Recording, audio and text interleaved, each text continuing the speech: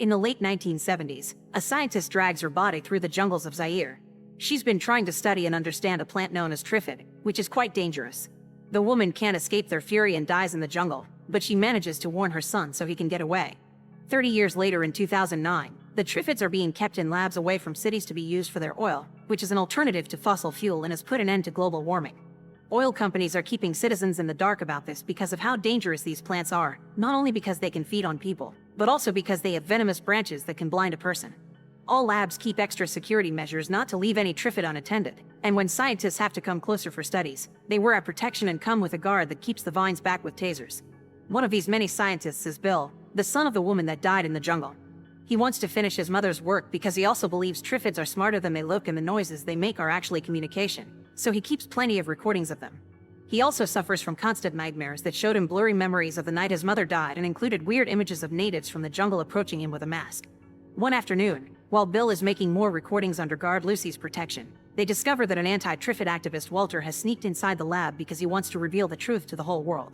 Walter knocks Lucy out by surprising her from behind and makes her lose her goggles, so Bill comes closer to give her his own. He also uses the chance to take her taser and stun Walter, but the sudden movement gets the Triffid's attention and Bill ends up with venom on his eyes. As the other guards finally arrive to arrest Walter, Lucy grabs Bill and drags him to the local hospital, where the doctor gives him an anti-venom after bandaging Bill's eyes. He has a 50-50 chance to become blind, but they need to wait 24 hours to be sure. Meanwhile, people around the world are getting ready to watch a meteor shower. Radio reporter Joe interviews an astrophysicist who explains the sun will release a vast explosion of gas and nuclear fire that will look like fireworks in the sky, but it can't cause any damage to humans. However, when the show finally starts a few hours later, the solar eruption flashes such a bright light all over the world that causes all technology to lose signal and the people watching to feel a burning sensation in their eyes. Because Bill spends the night sleeping with his eyes bandaged, he has no idea of what's going on. When he wakes up a few hours later, he goes to the bathroom and removes the bandages to discover his eyes are just fine. But after leaving his room, he also discovers everyone around him is panicking.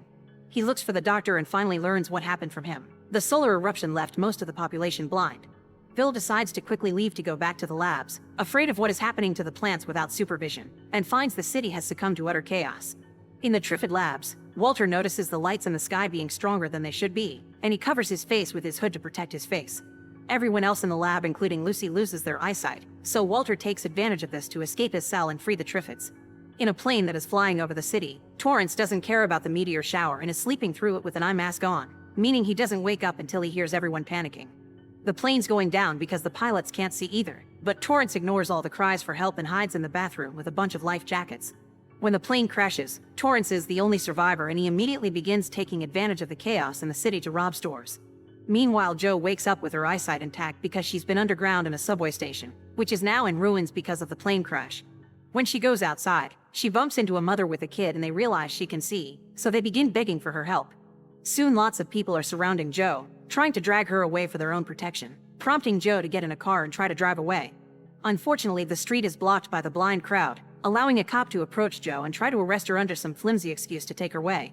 At that moment, Bill shows up looking for an authority figure and notices what's going on, so he takes advantage of the cop's blindness to take the gun from him and rescue Jo. Then the two of them run away by keeping quiet in order for the blind people not to notice them. After walking for many hours, Jo and Bill manage to reach Whitehall, but a crowd of blind people is blocking the entrance. They go through it to try to reach the guards, but communicating with them is useless because they only answer with shots. With no authority to talk to for help, Bill decides to go to the labs himself, and Jo goes with him not to be alone. The pair steals a car to reach the lab, where they discover the Triffids have escaped and everyone is dead, including Lucy and Walter. Bill retrieves all his research because he thinks it may come in handy later, then he accepts to take Jo to her father's house so she can check on him. Sadly, by the time they make it there it's too late. The man is already dead and being taken away by the Triffids. Jo refuses to believe it and tries to shoot the plant, but this only makes the Triffid angrier and Bill has to drag Jo away before they get surrounded. Now that Jo has seen how dangerous these plants can be, she decides she wants to warn people, so the pair returns to London to use the emergency broadcast from the BBC. Jo has a quick interview with Bill to finally let the world know about the Triffids, warning them that they'll be searching for food and that means these plants will most likely be coming to the cities. Afterward, they take a break to eat something, and Bill tells Jo about his childhood. His father, Dr. Mason, was the one that discovered that genetically modifying the Triffids could give them the solution to the energy crisis, but his mother hadn't agreed with his work. She obviously died that day in the jungle, but Bill hasn't seen his father since. Meanwhile, Torrance sneaks into the Prime Minister's home only to find his now blind secretary Hilda. He spends the night there, and in the morning, Hilda plays for Torrance the emergency broadcast, which confirms there aren't any authorities left.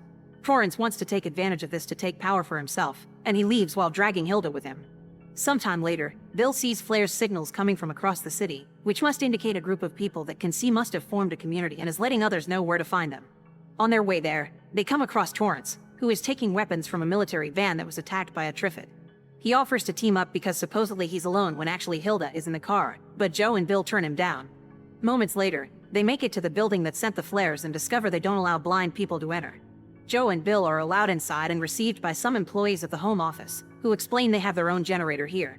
Bill warns them about the Triffids, but since the plants are easy to avoid if you can see, the community leaders would rather concentrate on gathering supplies and finding a place where they can escape to. They have no intention of bringing the blind with them because they can't be taken care of, which Joe considers to be completely immoral and makes her not want to work with them. Bill's trying to leave to find his father and work on a way to stop the Triffids, but he isn't sure it's a good idea for Joe to come with him. In the meantime, Major Coker is leading a group of sighted people to help the blind that are being ignored by home office. Torrance finds them and joins the group pretending he wants to help too, buying his way in by sharing all the weapons he's gathered. Coker and his men don't waste time and enter the building through the parking lot, knocking everyone out with tear gas and smoke grenades. Everyone that can see is taken away, including Bill and Joe. Moments later, Coker handcuffs every sighted person to a blind one for survival. Bill ends up with an old mechanic and Joe ends up with Hilda. Bill thinks Coker's heart is in the right place, but it was dumb of him to ignore the Triffid threat just because they're armed. Next, the group is taken to London to search for supplies. The first few houses they search are empty, and when they stop to take a break, Torrance lies and tells Joe that Coker would love for her to start a new broadcast to gather people for their cause, but she turns him down, not approving of these methods. Afterward, the group finds a supermarket warehouse with plenty of food for them to take. It's easy for them to get inside, but that's because the guards are already dead. The Triffids got there first. Joe is grabbed by one of them, and Bill manages to save her by using a lighter and a spray to light the plant on fire. Unfortunately, they still lose a few people in the other corridors, including Hilda, because the guard Torrance had assigned runs away like a coward.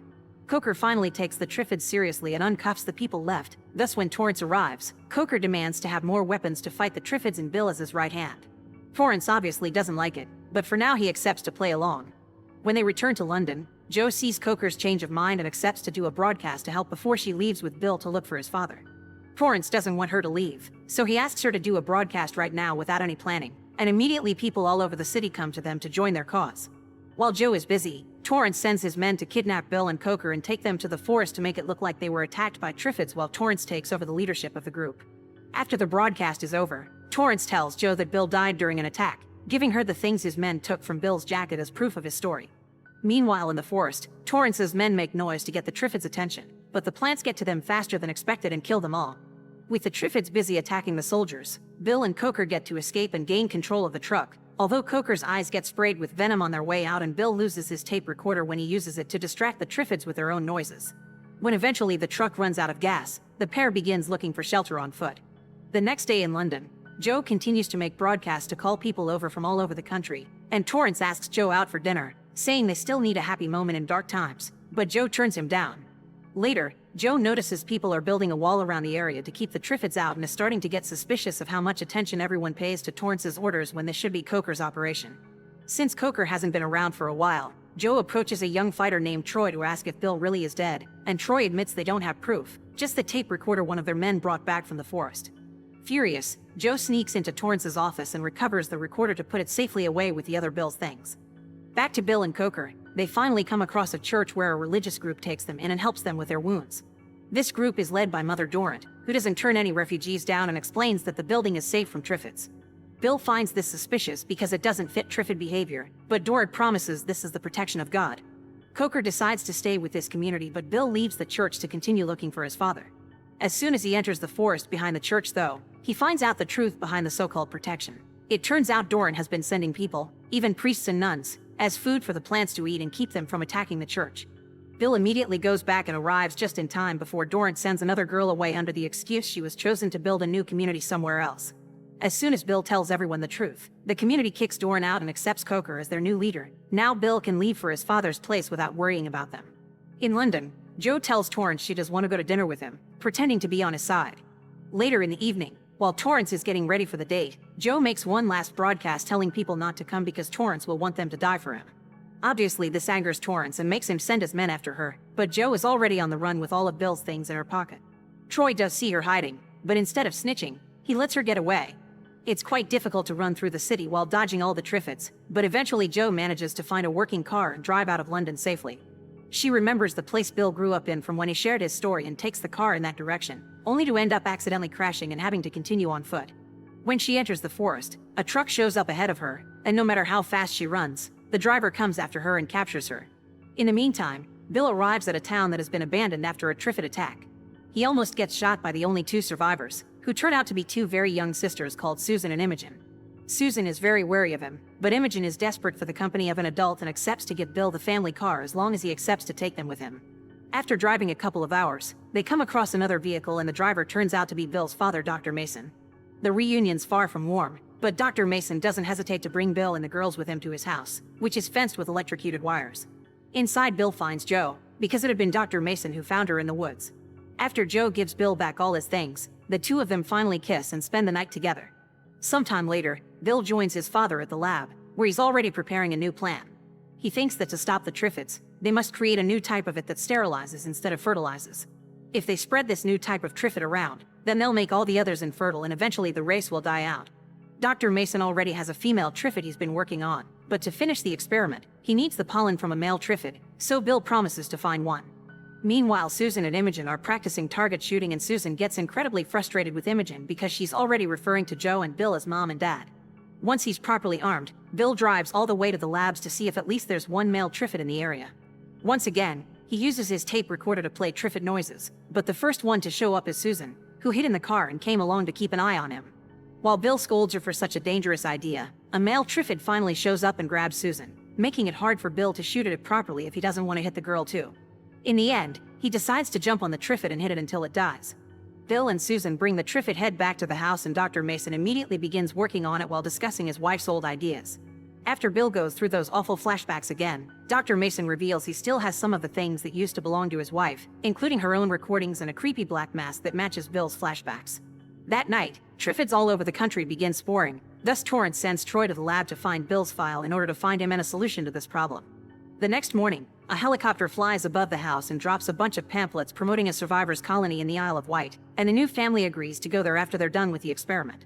Dr. Mason decides to listen to his wife's old recordings to try to figure them out while feeding the Triffid, but this proves to be a mistake. The noises make the plant extra violent and it attacks the doctor through the door hatch. Bill hears all the screaming and rushes to the lab, where he turns off the tape before shooting the plant. Unfortunately, it's too late. Dr. Mason had been stung already and he dies of the venom.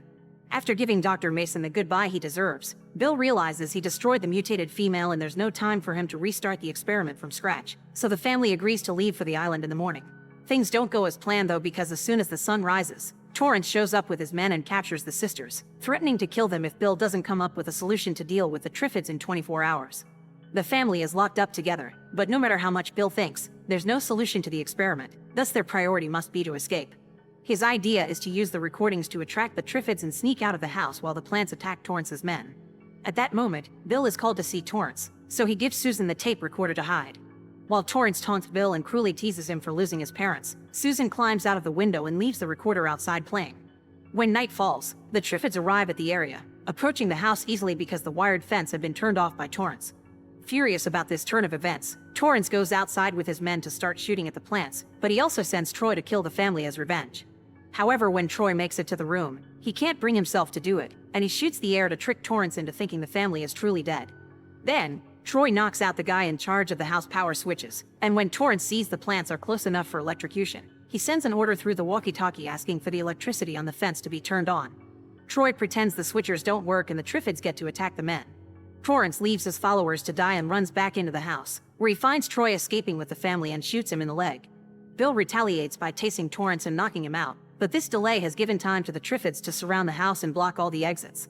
Hearing all the men dying triggers Bill's flashbacks and he finally remembers what the mask is for. If you pour venom into your eyes while wearing the mask, the liquid won't hurt you, but it will make the plants think you're one of them. They had done that to him as a kid and that's why he got to escape while his mother couldn't. Using a Triffid branch that got broken during the fight, Bill puts the whole group through the process, and when they go outside they confirm it works. None of the plants dares to attack them. At that moment, Torrance wakes up and tries to go after them, but as soon as he comes out, the Triffids jump on him to eat him while Bill and the others run away. Sometime later, Bill, Joe, Troy, and the sisters are on a boat, making their way to the island of survivors and hoping to find enough resources to finish the experiment that will allow them to destroy the Triffids for good. Make sure to subscribe and turn on notifications so you can watch more videos like this. Thanks for watching!